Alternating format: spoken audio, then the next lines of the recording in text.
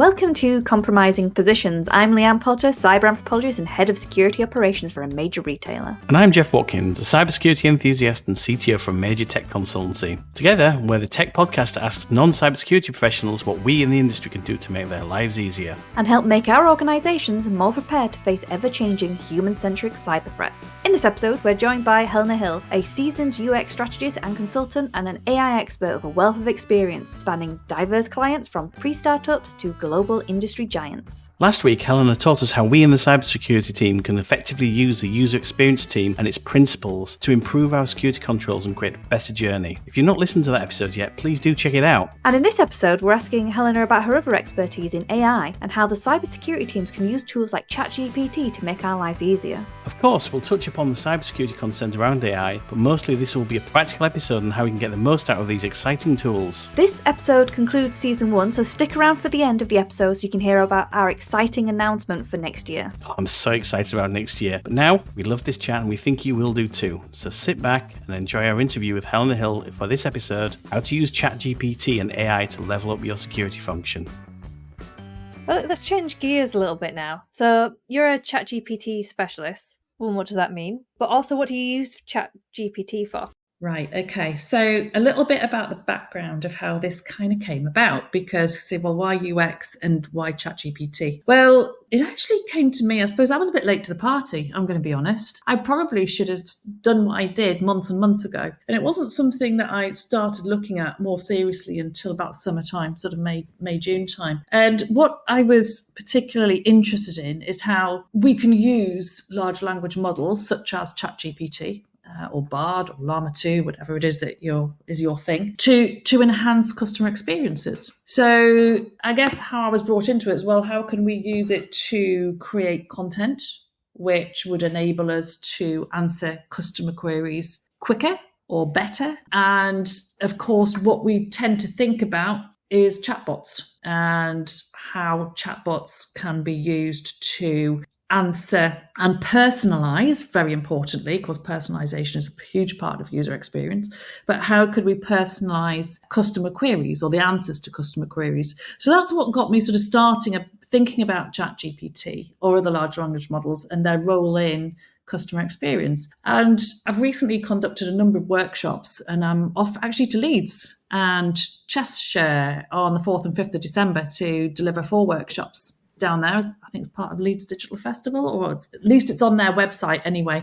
And one of the things I talk about is how to create a chatbot. And the case study I give is that of Octopus Energy, who have employed chatbots within their customer service. Now, we have to talk a little bit about the ethics of ChatGPT and AI, I think a little bit, and the ethics in this context is jobs.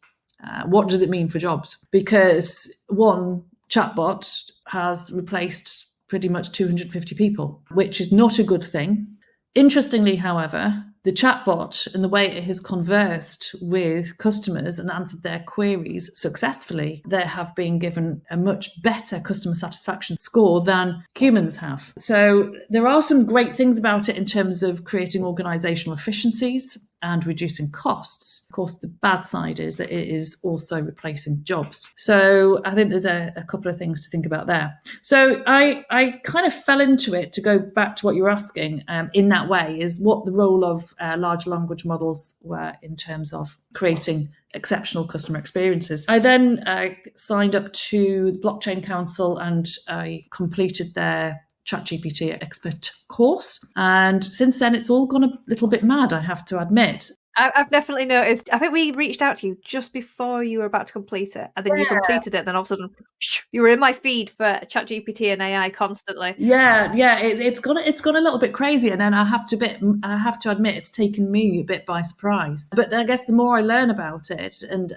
AI in general and its role in organizational design and customer experience, it's not surprising, really, in a way, that it has become so much part of what I do. So again, at the moment, I've recently launched the consulting part of that, the ChatGPT consulting. And it's certainly, again, like the UX, what interests me most is how can we actually embed AI into a product development process, or where's a low hanging fruit? What can we try first, rather than trying to sort of replace everything with AI today, because it's impossible and it will fail. So it goes hand in hand with UX, I think, or some aspects of it certainly. But certainly Gen AI does. Yes, yeah. Generative AI, definitely. I think there's some things that we have to be aware of, because I know we realise we're talking about security today. I think there's a couple of things we have to think about that. I think we have to think about how generative AI is used to replicate websites or experiences for malicious reasons. And I don't know how much of that you are expecting to see in that. Well, there's things like fraud GPT as well. So there's a lot of things in place with the big players that will prevent you from being able to do malicious things. So if you go on to ChatGPT and say, write me a phishing email, it'll be like, I can't do that. Yes. But that's only if you go with the big players. Mm-hmm. If you go through to other places like Fraud GPT, and I can't remember what the other ones are called. I'll put it in the show notes, but don't go on them, listeners. But they exist. You can actually pay and have like this large language model, and it will do all the malicious stuff you want. It'll say, you can say things like, write me some malware to deploy here, and things like that. That's frightening stuff, isn't it? There's the scary things around automation of things like WhatsApp messaging for the Hey Mom scam. The one where they ask you, I've got a new number, I need some money. And currently a lot of that is human, but it's now getting to the point where these are convincing enough. But the other thing as well is the amount of bot traffic AI is creating, along with other automation, is they reckon the tipping point will be in the next couple of years where there's actually more bot traffic on the internet than human traffic. I think so. And then we get to the point where there's more bot-generated content than human content. And you get to the point where it's effectively... they're calling it then, it's the zombie internet, because it's not really being driven by us. It's not really alive anymore. Well, that's a worry. I think that is a worry. I mean, large language model. I mean, let's take ChatGPT, for example. Last I looked, it was trained on the internet, books, white papers, whatever it might be, text in general, up until January 22. But the more, like you mentioned, Jeff, there, you're quite right. I think the more bot-generated content is then put out into that same domain, the bot is training on its own content, as it were. And like you say, less and less of human generated content and more bot content. And that, I think, is something that we all need to be aware of. I was asked a question in one of the workshops actually recently about social platforms, and when, as users, they might start penalizing bot created content. I think that's already starting to happen, actually. And I think we're going to see more than that. And I think it's keeping an eye on how they are going to monitor it and how they're going to penalize it and how much. I mean, there are already tools out there such as undetectable.ai, for example, Originality, Winston, that will detect AI created content. The crazy thing is that they can detect that AI created content and then humanize it for you. So you wonder what, we're kind of going full circle in these things. Yeah, I think there's a few other bits. I think we have to be careful of hallucinations in large language models. I think we need to ensure that we double check every source that is presented to us. I mean, it's very, very honest, and in the user interface, does say, it's when I'm not always right. Please do check everything. But I the number of people who actually do that, I think, is probably very small. And we do have to be careful of biased information as well with any large language model. Yeah, I've been using the Bing AI image generator. I've got a Mid-Journey subscription. But the Bing it's DALL-E. It's very good at generating text now, whereas text was just garbage before. Yeah. And I said, write me a 4-panel cartoon about people explaining, I think it was large language models.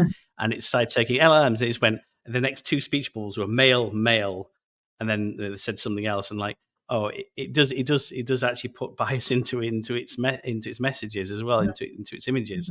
I guess it's just becoming a hyper focused version of what the real world's like when we're trying to shift that, which is interesting but also a challenge. It's only a reflection of what we've put on there, exactly, isn't it? Really, and the internet, a lot of it is quite abhorrent.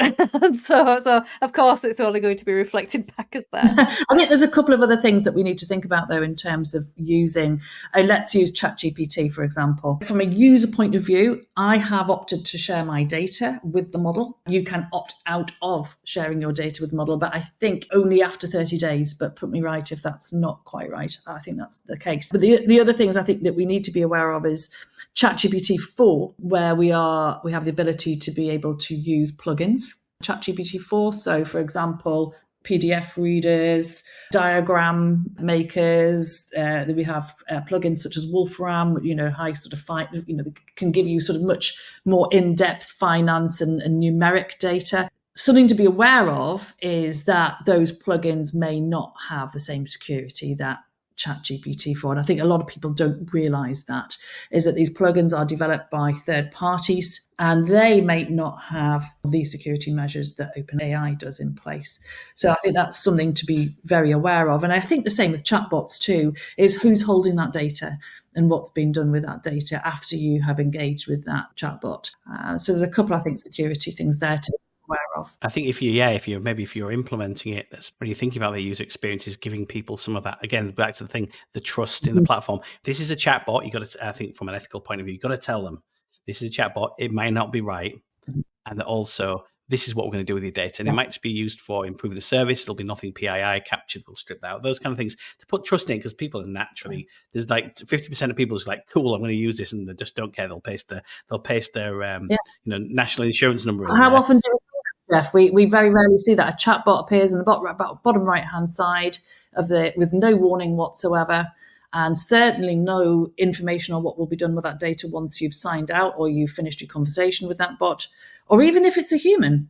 I don't know if I've ever seen that. Maybe once or twice. I think there's one place in the world where you have to declare that this is a chatbot, not a human. And I think that's California. Right. That's the only place in the world where you have to declare that. I wonder if we might see that coming. I think we might see that becoming more widespread.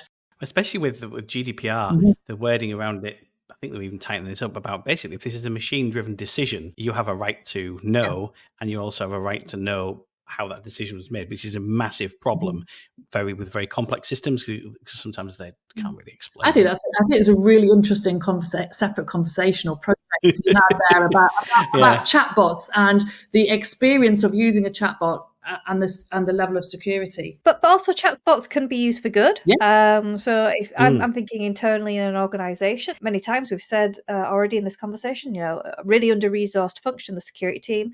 So if you had a chatbot and someone said within your own environment for your staff only, and they had cybersecurity questions, and you had a list of parameters that you were happy for that bot to answer, that could really save time. And okay, right, you've clicked on this. Okay, let me put you in touch with the right team, or let me take some details from you, and then send that over to the instant response team, and then you don't have to deal with it. So and of course you can train that model on your content, can't you? So it can be it can maybe come up with information an awful lot quicker than it might be if you had to wait for somebody else to get back to you. So without you having to then go through searches and all the rest of it. So no, I agree. I think there's a very positive use for chatbots. And I think in terms of, my UX and customer experience head on, I know certainly in terms of Octopus Energy, it's been extremely successful. That's one of the other examples I've used in presentations recently for looking at things like CRM and customer management. The other thing is that harnessing ChatGPT is actually the prompt engineering element. And do you have any tips on when you've done your studies on it, like what we should be doing with prompt engineering to get the most out of the tool?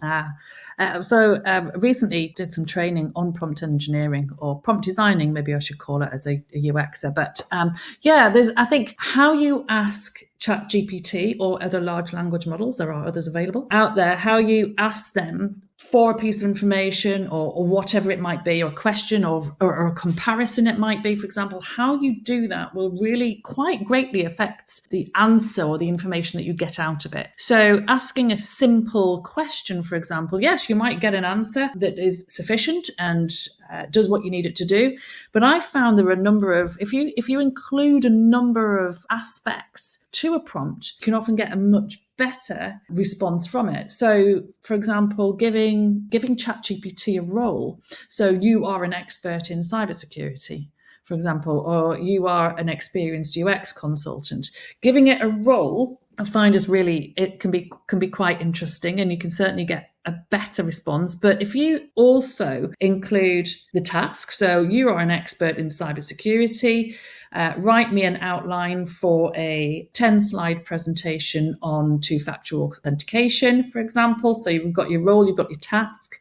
You can give it some context, and you could give it also, what's really important, and again, this is definitely user experience head on, tell it who the audience is going to be. So I used an example of writing about the significance of the moon landing. So give me a couple of sentences about the significance of the moon landings. Yeah, you'll get 2 sentences. It will do what you've asked it to do.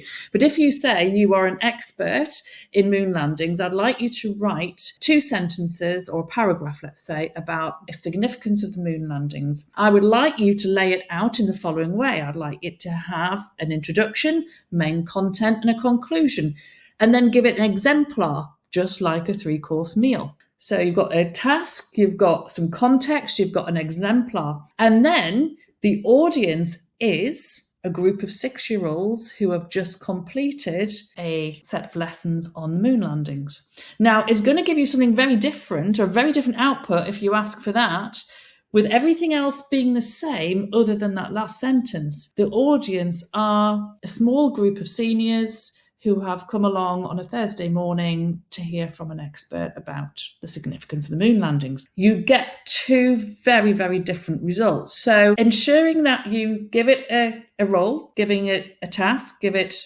an exemplar, give it some context, and give it an audience type is how I find you get the best or much better out of ChatGPT than you would by just asking it a very simple question, if that makes sense. Makes perfect sense. Thank you. And I think that would just be a fantastic way to really enhance security awareness messages in particular. Again, going back to that thing is, a lot of cybersecurity people never worked in marketing and design. They do talk very techie. They might not have a cyber anthropologist like myself in-house to be able to discuss why culture is important and things like that. I imagine many places can. Yeah, it's an interesting, lonely Google.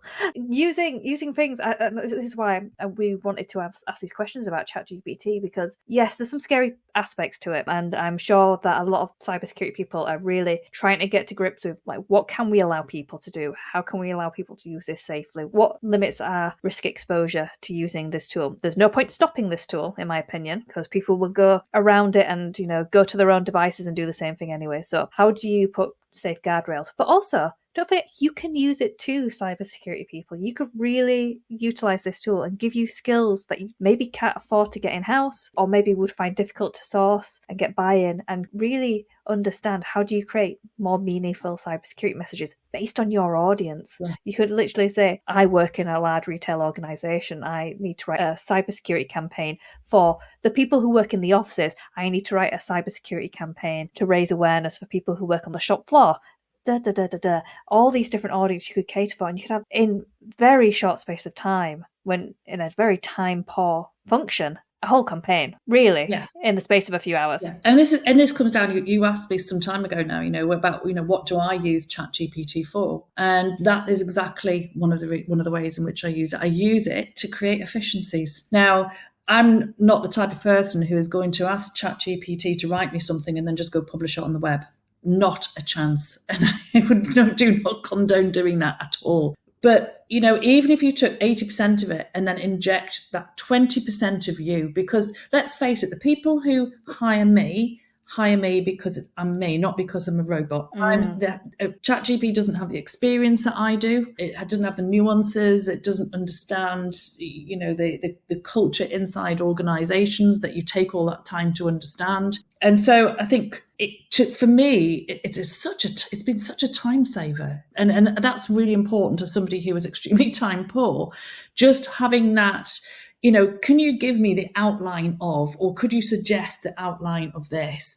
Oh, right. Okay. Because I often struggle with just that. What's my starter for 10 here? What is it that I'm going to start with? Just the outline. If I had the outline in my head, I could do this. Now, sometimes that outline's not perfect. That's fine. I can play around with it, but at least I've got something to work with. And that's been an absolute godsend for me. It really has. It's an absolute game changer for that sinking feeling, back in my university days would call the white page feeling. And just thinking, I've got a task to complete. I don't know where to start. And I think these tools really can help. And you touched upon earlier about people losing their jobs, which is a huge worry. But there's also another positive side where people are saying, actually, if we plan this right, and it has to be something us as workers get together and really plan. It shouldn't be these tools, time-saving elements of these tools shouldn't be so that people can make us work harder. No. Like, oh, you're saving time, therefore work more. It should be, actually, you're saving time. Maybe we can go to a 4-day week. That would be positive. Maybe we should. Change actually the culture around work instead. Yeah, that's kind of my hope. Yeah, that would be a positive outcome. Definitely. Luxury, fully automated space communism.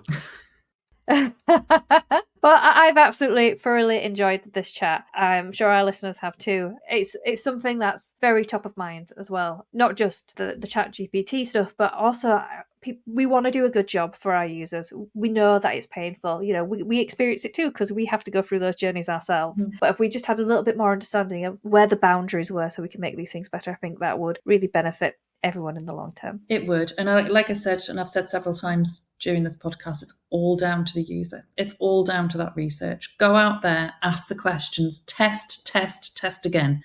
It'll never be perfect, but at least it'll be validated. Lovely. Thank you very much. If people want to reach out and find you, I'm sure they definitely will. Like, please come in and help us with our, maybe even our security program. How would they go about getting in contact with you? They can find me on LinkedIn. I'm Helena Hill on LinkedIn. You can also find me at my website, which is helenahill.com. Those are probably the two easiest ways. And I have a very easy email address too. That is helena@helenahill.com. Perfect. I will put all that information in the show notes, but thank you so much for being a wonderful guest. Thank you for having me. Thank you. For this episode, we're really keen to not just focus on the dark side of AI or the cybersecurity risks. We've both been experimenting with how to create better security tools through generative AI and prompt engineering, and how you leverage this technology is really only limited by your own imagination. And how good your prompts are. And that was the other aim for this episode, how to start using these tools more effectively. Indeed, so much so that you've segued, lovely, by the way, into our special announcement. Yeah, today's episode is episode 12 of Compromising Positions and the end of season 1. Firstly, a huge thank you to everyone who supported this journey through things like listening, sharing, subscribing, leaving a review, or providing us feedback. Can't thank you enough for lending your ears and your thoughts on this rather unusual approach to talking about cybersecurity by only speaking to non-cybersecurity professionals. And of course, a huge thank you to all our kind guests who have been so generous with their time and expertise. But this is not the end of Compromising Positions. We have enough episodes already recorded to last us well into summer next year, and we fully intend to bring you fantastic guests and new insights for all of 2024. We're going to take a few weeks off in January, but you won't have to go cold turkey. We'll be releasing an AI special mini-series, shorts for our 12 Days of Breachmas, and trailers for season 2. I can't wait. Me too. Links to everything Helena discussed in this episode can be found in the show notes. And if you like the show, please do leave us a review and share on LinkedIn or in your teams. It really helps us spread the word and get high quality guests like Helena on future episodes. We hope you enjoyed this episode and this season. See you next time. Keep secure and don't forget to ask yourself, am I the compromising position here?